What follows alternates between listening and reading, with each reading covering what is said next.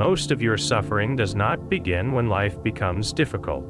It begins a moment later when your mind says, "This should not be happening. I cannot handle this. This ruins everything." A message goes unanswered. A plan collapses. Someone speaks about you unfairly. Your body tightens, your thoughts race, and before the event has fully arrived, you are already fighting a war against reality. The ultimate Stoic mindset shift is not becoming cold, detached, or impossible to hurt. It is far more demanding than that. It is learning to stop placing your peace in the hands of things that were never yours to command. By the end of this, you will understand why so much anxiety, anger, comparison, and disappointment comes from one hidden habit: trying to control the uncontrollable, and you will see what becomes possible when you move your attention to the one territory that is truly yours: your judgment, your choices, your effort, your character, and the direction of your mind. This shift sounds simple. It is simple in the way balancing on a narrow wall is simple. The principle can be stated in a sentence. Living it requires attention, humility, and repeated practice. We often think our distress comes directly from events. We say, "I am anxious because I might lose the job. I am angry because they disrespected me. I am miserable because I was rejected. I cannot relax because I do not know what will happen." The event seems to stand before us like a solid object, obvious and unquestionable. But pause for a moment. Two people can face the same event and live through it very differently. One person is criticized at work and spends the night replaying every word, constructing arguments, imagining humiliation, and wondering whether their future is ruined. Another hears the criticism, feels the sting of it, considers whether there is anything useful in it, and then goes home. The difference is not that one person is made of stone. The difference is that one person has added a verdict to the event. They have turned criticism into a declaration of worthlessness, a prediction of disaster, a permanent stain on their identity. The other person has treated it as information, perhaps unfair information, perhaps useful information, but not a final judgment on the value of a human life. This is where Stoicism begins, not with a command to feel nothing, but with an invitation to notice what the mind is doing. Epictetus, who began life as a slave, and later became one of the most influential Stoic teachers, opened his handbook with a distinction that has survived nearly 2,000 years because it reaches directly into the human problem. Some things are up to us, and some things are not. Our judgments are up to us. Our intentions are up to us. Our choices, our efforts, the way we speak, the way we respond, the values we refuse to abandon. These belong to us, but our bodies are not fully up to us. Our possessions are not fully up to us. Reputation, the behavior of other people, the economy, the weather, outcomes, applause, illness, and death are not fully up to us. This is not a bleak observation. It is an act of liberation. Much of modern life trains you to forget this boundary. You are encouraged to manage your image, optimize every outcome, predict every risk, collect approval, monitor how you are perceived, and treat uncertainty as a personal failure. You refresh the inbox. You check the account. You watch the views, the messages, the reactions, the numbers. Slowly, without noticing, you begin to measure your inner stability by external signals that move every hour. Then a number falls, a person withdraws, an opportunity disappears, and your sense of self goes with it. The Stoic mindset shift begins when you ask a different question. Not, how do I make sure this goes exactly as I want? But, what part of this situation belongs to my reasoned choice? That question changes the shape of a problem.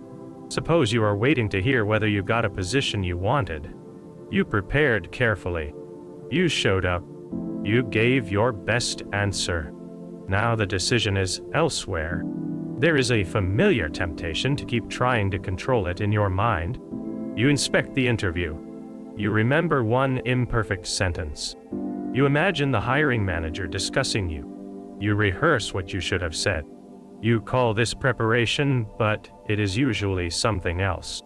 It is the mind trying to regain power over a door that has already closed. The Stoic response is not to pretend you do not care. Of course you care. You wanted the work. You may need the money. You may have connected your hopes to the outcome. Stoicism does not ask you to become indifferent to meaningful things. It asks you to hold them correctly. You can prefer the job without making your peace dependent on receiving it. You can act with excellence without demanding that the world reward your excellence. You can feel disappointment without turning disappointment into despair.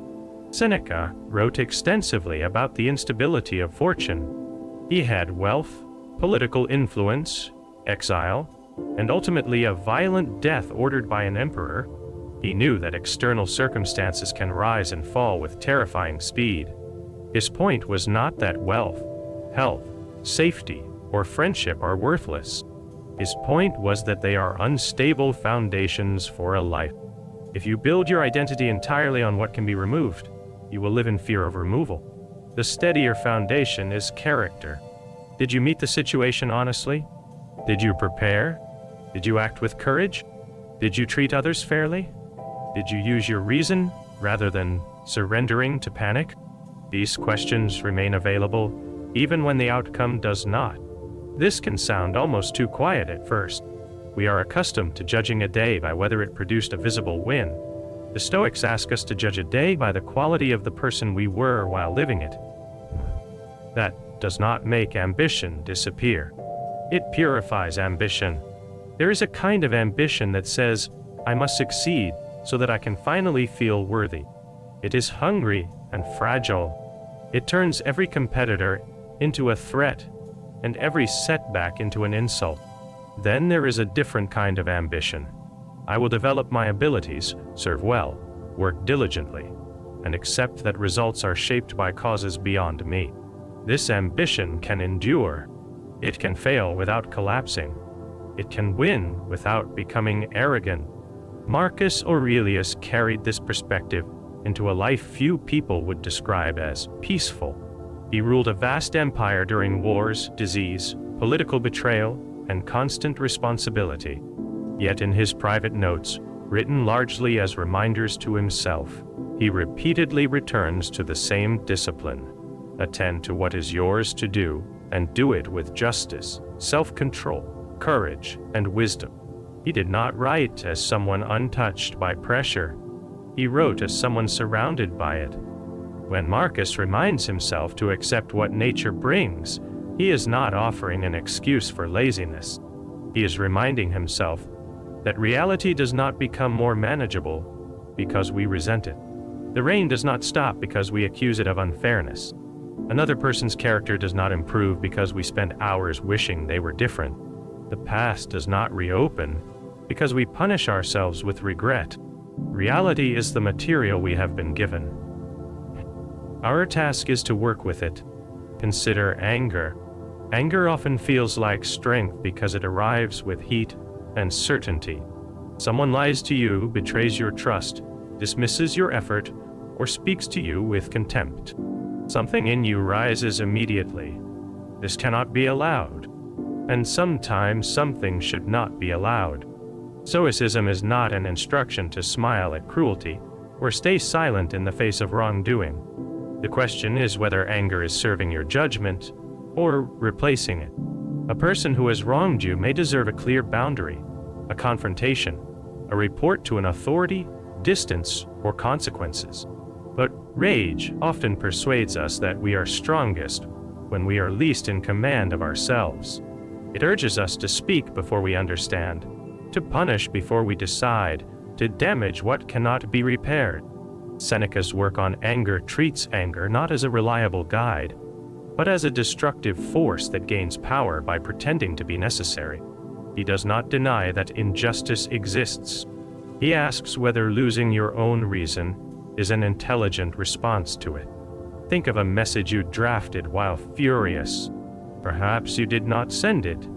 Perhaps you did, and regretted it before the other person replied. In that moment, the event was no longer the only problem. Your judgment had joined it. Your mind told you that immediate retaliation would restore dignity. But dignity is rarely restored by surrendering your conduct to the person who provoked you. The Stoic move is to create a small interval between the wound and the response. You do not have to deny the wound. Name it plainly. I was treated unfairly. That comment was insulting. This person broke an agreement. Then ask, what response would I respect tomorrow? This question returns you to the only place where power is still available. Sometimes the answer is to speak firmly. Sometimes it is to leave. Sometimes it is to document what happened. Sometimes it is to forgive without restoring access. Sometimes it is to do nothing for the moment because you are too angry to see clearly. The external situation may remain difficult, but you no longer let another person decide the condition of your mind. This is one of the deepest implications of the Stoic mindset shift. You stop handing people the keys to your inner life. That does not mean you become invulnerable. No thoughtful philosophy should promise that. Grief will still hurt. Rejection will still sting. Fear will still appear. The Stoics knew that human beings experience immediate impressions and bodily reactions. A sudden noise can startle you before reason has time to speak. Bad news can bring tears. The first movement of emotion is not always chosen. What matters is what happens next. Do you turn the first shock into a story of catastrophe? Do you turn sadness into the belief that life is no longer worth living? Do you turn fear into avoidance of every meaningful risk? Or do you allow the initial feeling to pass through you while examining the judgment that tries to take control? Epictetus advised his students when confronted by a disturbing impression to say in effect, "You are an impression and not necessarily what you appear to be." This is one of the most useful mental habits ever taught. A thought arrives. They do not respect me. Another arrives. I am behind everyone else. Another. If this relationship ends, I will be alone forever. The untrained mind treats each thought like a court order. It obeys. It spirals. It rearranges the whole day around a sentence that may be distorted, incomplete, or false. The Stoic mind pauses. It asks, what do I actually know? What am I adding? What is within my power right now? What would a wiser interpretation look like? This is not positive thinking. Positive thinking can be another way of refusing reality. If someone you love is sick, it is not wisdom to insist that everything will certainly be fine. You do not know that. Stoicism asks for something sturdier. Face the fact, without inventing a second disaster around it. My loved one is sick. I am afraid. I will seek help, offer care, be present, and use the time I have well. That is not optimism in the shallow sense. It is courage grounded in reality. The same discipline matters in relationships. Much of our suffering with other people comes from demanding what they may not be capable of giving. We want someone to understand us perfectly, respond consistently, choose us without hesitation, apologize exactly as we would, and carry the same values we carry. When they do not, we often experience not only pain but outrage. Some expectations are reasonable. Trust should matter. Honesty should matter. Respect should matter. Stoicism does not tell you to remain in relationships that are abusive, deceptive, or degrading. But it does ask you to see people as they are before deciding what you will do. Marcus Aurelius reminds himself that difficult people act from ignorance, confusion, fear, appetite, vanity, or mistaken beliefs about what is good. That does not make their behavior acceptable. It makes it intelligible. And when behavior becomes intelligible, you are less likely to be shocked by it and more able to respond wisely. If a person repeatedly shows you that they are unreliable, the Stoic question is not, how can I force them to become dependable? It is, given what I now know, what boundary is appropriate? What expectation is realistic? What kind of person do I want to be in response? This is a profound form of self-respect. You stop begging reality to become different before you allow yourself to act intelligently. The same applies to being misunderstood. Few things disturb us more than knowing someone has formed a false image of us. Maybe a colleague thinks you are selfish. A family member interprets your silence as coldness. Someone online reduces your entire character to one sentence, one mistake, one rumor, one moment they do not understand. You may clarify where clarification is useful. You may apologize where you have caused harm. You may defend yourself when a lie has real consequences. But after you have done what integrity requires, there comes a point when their opinion belongs to them. This is difficult because approval feels like safety. Human beings are social. Nay, we are made vulnerable by exclusion and judgment. But when approval becomes the price of inner peace, you become easy to manipulate. Anyone who can withdraw praise can control your behavior. Epictetus was direct about this. If you seek to be admired by everyone, you have chosen a task that cannot be completed. People disagree. They misread. They change their minds. They may praise you for qualities that are not truly yours and criticize you for flaws you do not possess. If your identity rises and falls with their reactions, you become a leaf in other people's weather. The Stoic alternative is not contempt for others. It is a more stable source of self-evaluation. Ask whether you acted in accordance with your values. Ask whether you were truthful. Ask whether you were fair. Ask whether you made a reasonable effort. The answers may be uncomfortable. Sometimes criticism reveals something you need to change. But even then, the goal is not to win back approval at any cost. The goal is to become more aligned with what is good. This is why Stoicism has always been more than a technique for feeling calm. At its center is a moral claim. The good life depends on virtue. For the Stoics, virtue meant the practiced qualities of wisdom, justice, courage, and self-control. Wisdom helps you see clearly. Justice guides how you treat other people. Courage allows you to face pain, uncertainty, and difficulty without abandoning what is right. Self-control prevents appetite, fear, anger, and vanity from ruling your choices. Notice what this means. The ultimate mindset shift is not merely from pessimism to optimism. It is from outcome to character. You may not control whether people praise you, but you can control whether you become dishonest in pursuit of praise. You may not control whether your work succeeds, but you can control whether you work carelessly or faithfully. You may not control whether you are treated fairly, but you can control whether you become unjust in response. This is where real freedom begins. Many people define freedom as having more options, more money, more independence, fewer obligations, fewer restrictions. These things can matter, but a person can possess all of them and still be enslaved.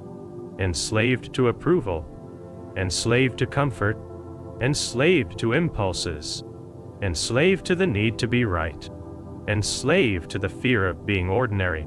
Musonius Rufus, a Stoic teacher and the teacher of Epictetus, emphasized that philosophy should be lived in ordinary choices.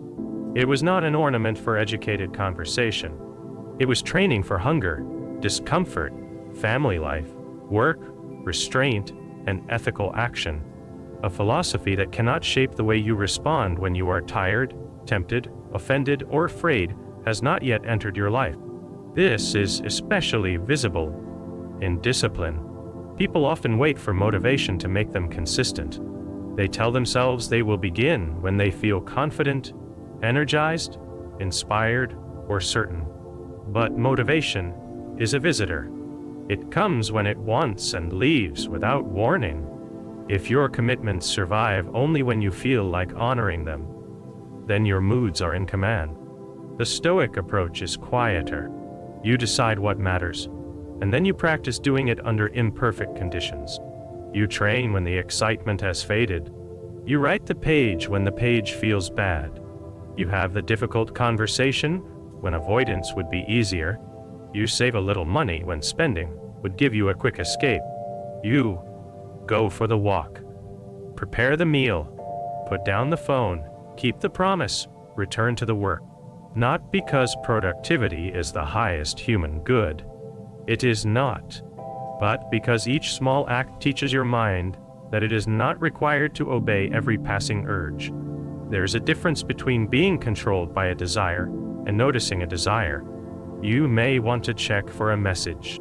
You may want to buy something to soothe disappointment. You may want to avoid the work that exposes your weaknesses. You may want to say the cruel thing because it would feel satisfying for 10 seconds. The Stoic does not assume desire is a command.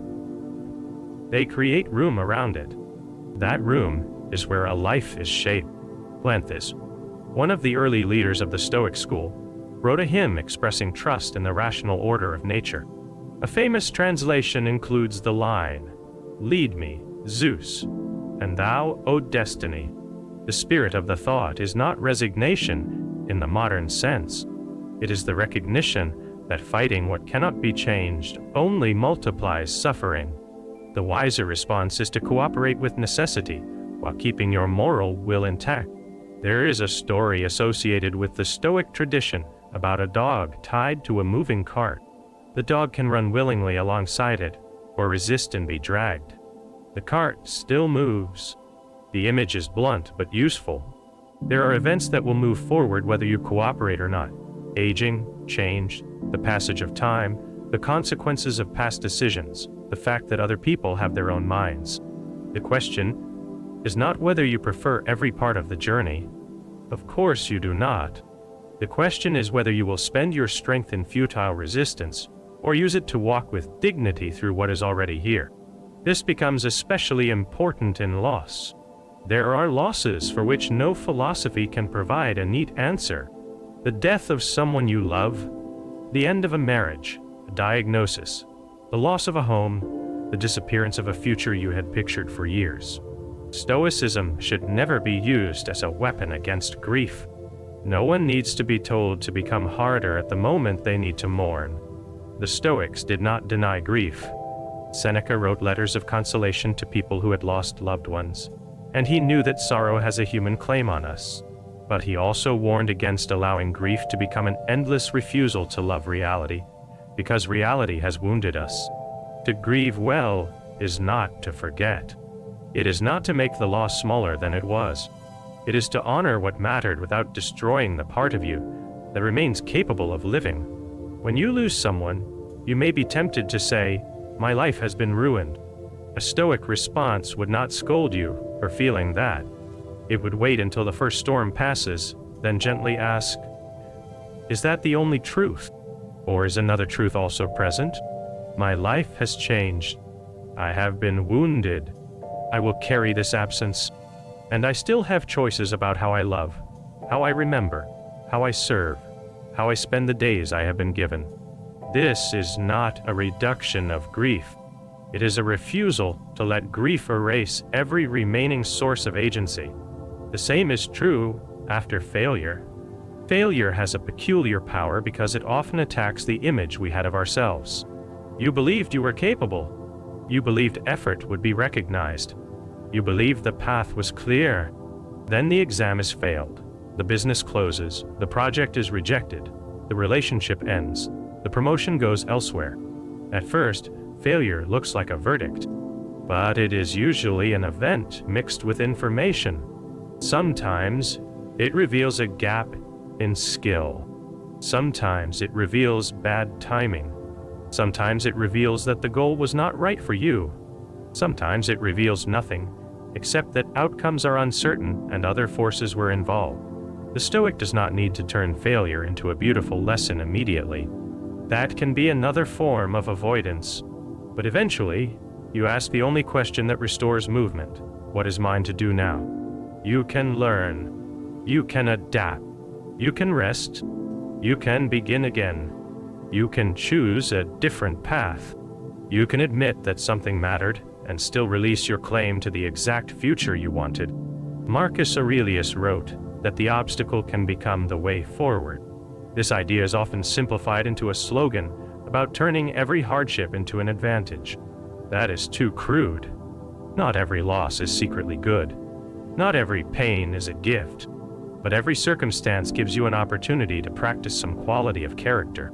A delay can become patience. An insult can become restraint. Uncertainty can become courage. Success can become humility. Failure can become honesty.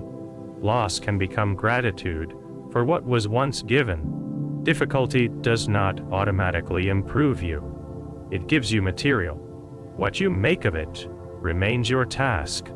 This is why Stoicism can be so useful in the age of comparison. Comparison is an attempt to use another person's life as a measurement of your own worth. You see someone else's career, relationship, body, home, confidence, audience, or apparent certainty. You see a polished surface, then place it beside your private fears and unfinished work. Naturally, you feel diminished. But another person's outcome was never yours to possess. Their timing is not your timing. Their advantages and losses are not identical to yours. Their public image is not their full reality. The more deeply you tie your peace to winning a contest you did not design, the more distant peace becomes. The Stoic question is almost disarmingly practical. What is your work? Not your fantasy of how impressive you should look. Not the invisible race you think everyone else is winning. Your work. Perhaps your work is to become more reliable. Perhaps it is to recover from a difficult year. Perhaps it is to care for a child, learn a skill, repair your health, tell the truth, create something honest, leave a destructive relationship, or face a fear you have avoided for too long. A life becomes clearer when you stop staring sideways. This does not mean you should abandon standards or refuse to learn from people who are ahead of you. Admiration can be useful. It can show you what disciplined practice looks like. But envy says, their good is evidence of my failure.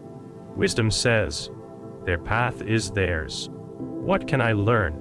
And what can I do with my own life? The same principle applies when you feel uncertain about the future. Uncertainty is painful because the mind wants guarantees before it acts. It wants assurance that the relationship will last, that the effort will pay off, that the move will be wise, that the decision will not bring regret. But life rarely offers guarantees. Waiting for certainty can become a refined form of avoidance. The Stoic does not leap blindly. They gather evidence. They ask for counsel. They consider consequences. They make plans. Then, at some point, they act according to the best judgment available, and accept that no human being can control every result. This is courage in its mature form. Not the absence of fear, but the refusal to make fear the final authority. There may be a conversation you have been postponing because you cannot control how the other person will react. You may need to ask for help, say no, admit a mistake, end something, begin something, or express what you truly want. You cannot control their answer, but you can control whether you speak honestly and respectfully. There may be work you have delayed because you cannot guarantee that it will succeed. You cannot control whether the world receives it well, but you can control whether you give it the disciplined effort it deserves. There may be an outcome you are desperate to secure. The Stoic practice is to prepare fully, act cleanly, and then release the claim that reality must obey your preference. This release is not passive. It makes better action possible because it removes the panic that clouds judgment. A person desperate to control an outcome becomes rigid. They overpromise. They chase. They manipulate. They cling to what is already gone. They mistake anxiety for responsibility. But a person who knows the boundary of control can act with steadiness. They can negotiate without begging. They can love without possessing. They can work without destroying themselves. They can lose without becoming lost. This mindset also changes how you relate to fear. Fear says, if this happens, I will not survive it. Stoicism asks you to look more closely. Is that true? Or are you predicting pain and calling it annihilation? You may survive a rejection, though it hurts. You may survive embarrassment, though your pride protests. You may survive a difficult season, a change of plans, a lonely period, an honest failure. You may not enjoy these things. You do not need to. But you are often stronger than the story your fear tells. Seneca practiced what is sometimes called voluntary discomfort. He advised occasionally living simply, eating modest food, wearing rough clothing, and asking oneself whether this was the condition one had feared. The purpose was not self-punishment. It was to weaken the fantasy that comfort is the only condition under which you can be okay. Modern life gives this practice many forms. Spend an evening without constant stimulation. Sit with boredom, without immediately escaping into a screen.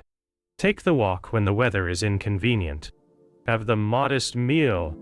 Delay the purchase. Allow a message to wait. Do the task without needing the perfect mood. These small acts reveal something important. You can experience discomfort without being defeated by it. And when you learn that, you become less vulnerable to the threats your own mind uses against you. The ultimate Stoic mindset shift, then, is not a trick for controlling your emotions. It is a reordering of allegiance. You stop giving your deepest loyalty to comfort, praise, certainty, possession, and outcomes. You give it to your faculty of choice, your capacity to judge, your ability to act well even when circumstances are not kind. That is why the Stoics could speak of freedom under conditions that seem unbearable. Epictetus had once been enslaved. His body could be constrained. His movements could be controlled. His circumstances could be imposed upon him. Yet he insisted that another person could not force him to make a cowardly judgment, to lie, to abandon his values, or to surrender his inner assent unless he gave it away. There is a dignity in that idea that still matters now. You may not control the economic pressures around you. You may not control whether people misunderstand you. You may not control the health of someone you love, the choices of a partner, the decisions of an employer, or the pace at which your life unfolds. But there remains a place where you can stand. You can choose not to add cruelty to pain. You can choose not to turn fear into betrayal of yourself. You can choose not to let a stranger's opinion decide your worth. You can choose not to answer insult with insult. You can choose not to make one bad outcome the definition of your future. This is not always easy. Some days you will remember the principle only after you have already spiraled. That is still progress. The moment you notice, you can return. Return to the distinction. What happened? What am I telling myself about it? What belongs to me now? Perhaps you are lying awake over something you cannot resolve before morning. The mind is searching for a lever. Any lever. It keeps turning the situation over because it believes more worry will somehow create more control. At that moment, do not demand that yourself become perfectly calm. Begin smaller. Name the fact. I do not know what will happen. Name the desire. I want this to go well. Name the boundary. I cannot control the outcome tonight. Then name the responsibility. Tomorrow, I will do the next honest thing. That is a Stoic practice. Or perhaps you are in the middle of an argument. Your heart is beating harder. You can feel the old impulse to win, to expose, to punish. Before you speak, ask whether the next sentence serves justice or merely serves your anger. If you need time, take it. Silence can be an act of discipline when it protects you from becoming someone you do not respect. Or perhaps you are comparing your life to someone else's again. Their success has become a mirror in which you only see your own lack. Pause there. Their life is not a verdict on yours. Return to your work. Return to the person in front of you, the task that needs care, the commitment you can keep today. The ancient Stoics did not promise a life without storms. They offered a way to stop building your home in the storm itself. You will still be disappointed. You will still mourn. You will still want things deeply. You will still face situations that are unfair, painful, and beyond your control. But you can meet them differently. You can stop asking life to guarantee your peace before you grant yourself permission to live. The person who learns this does not become smaller. They become more available to life. They can love more freely because they know possession is impossible. They can work more bravely because failure is no longer a total identity. They can face criticism without being ruled by it. They can meet uncertainty without needing to solve the entire future tonight. And they can walk into difficulty with an inner posture that says, "This may be hard. This may not go my way, but I will not abandon the part of myself that is mine to govern." Today, choose one situation that is disturbing your peace. Write it down, or say it clearly to yourself. Divide it honestly. On one side, place everything you cannot command: the outcome, the reaction, the timing, the past, the opinions of others. On the other, place what is yours: your next action, your words, your effort, your boundary, your attitude toward the work. Then, give your strength only to the second side. If this way of thinking helps you meet life with more clarity and steadiness, subscribe to Stoic Against Chaos. But for now, carry this with you when the next disruption arrives. The ultimate Stoic mindset shift is this: your life becomes stronger when you stop trying to rule the world and begin ruling yourself.